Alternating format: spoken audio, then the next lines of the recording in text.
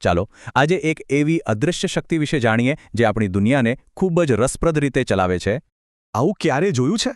એક મોટો ક્રેન ભંગારને સ્પર્શ કર્યા વગર જ ઊંચકી લે છે. અને આ જુઓ, પેપર ક્લિપ હવામાં લટકી રહી છે, કોઈ પણ સપોર્ટ વગર. આ જાદુ નથી, વિજ્ઞાન છે.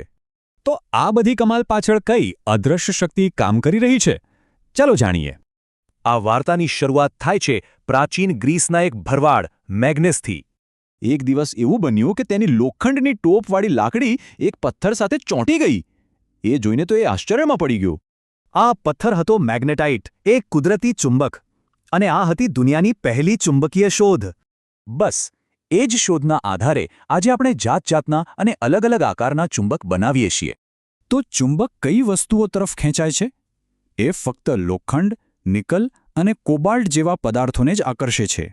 જ્યારે લાકડું, પ્લાસ્ટિક કે રબર જેવી વસ્તુઓ પર તેની કોઈ જ અસર નથી થતી.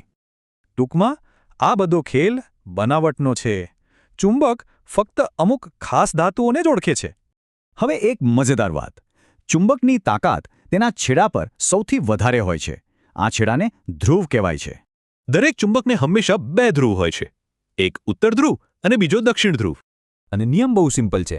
અલગ અલગ ધ્રુવ એટલે કે ઉત્તર અને દક્ષિણ એકબીજા તરફ ખેંચાય છે.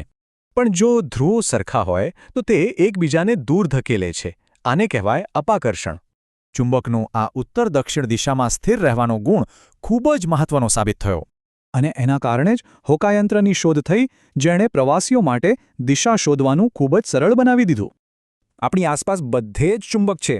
ફ્રિજના દરવાજાને બંધ રાખવા માટે પણ તેનો ઉપયોગ થાય છે. આપણા પેન્સિલ બોક્સ, બેગ અને કબાટના દરવાજામાં પણ ચુંબક જ હોય છે.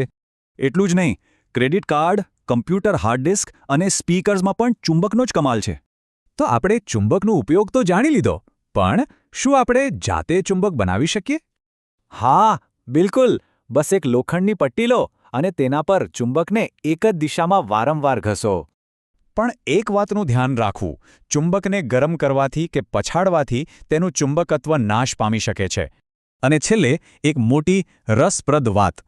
આપણું હોકાયંત્ર એક બીજા ખૂબ મોટા ચુંબકના કારણે કામ કરે છે. અને એ મોટું ચુંબક કયું છે ખબર છે? આપણી પૃથ્વી. આપણી પૃથ્વી પોતે જ એક વિશાળ ચુંબક છે.